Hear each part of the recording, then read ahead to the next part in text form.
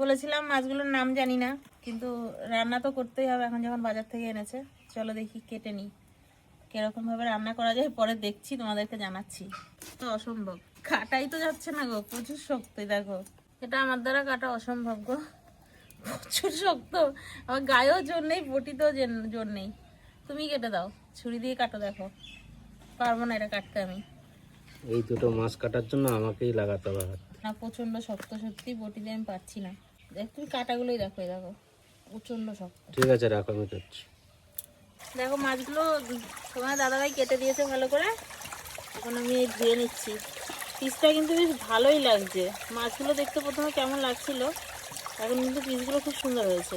আর এটা দেখতে জানো পুরো কোকিলা মাছের মতো লাগে। দেখো লেজটা দেখো, মানে এই লেজটা যদি এমনি কাউকে দেখানো হয় না, কোকিলা মাছই বলবে।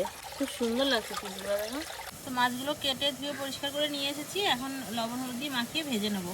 দিয়ে দেবো পরিমাণ মতো লবণ, হলুদ গুঁড়ো, এবার মাখিয়ে নেবো।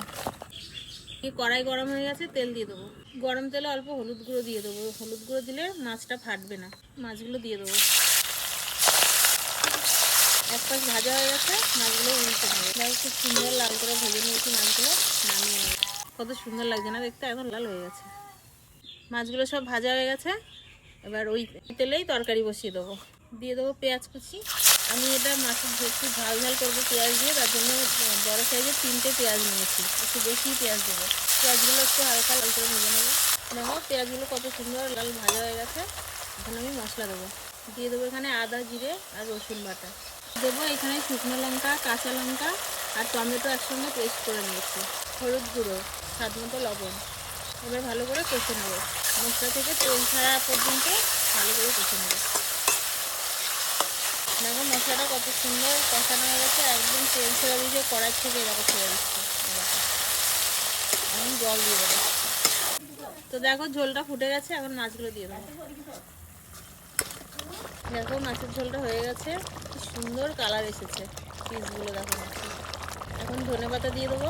আর আমার ভিডিওটা কেমন লেগেছে জানিও। হয়ে গেছে, সবজিটা আবার নামিয়ে নিলাম। দেখো মাছের তরকারিটা হয়ে গেছে, নামিয়ে নিয়েছি। লুকটা দেখো তরকারি এত সুন্দর লাগছে, মানে এখনই খেতে ইচ্ছে করছে আমার।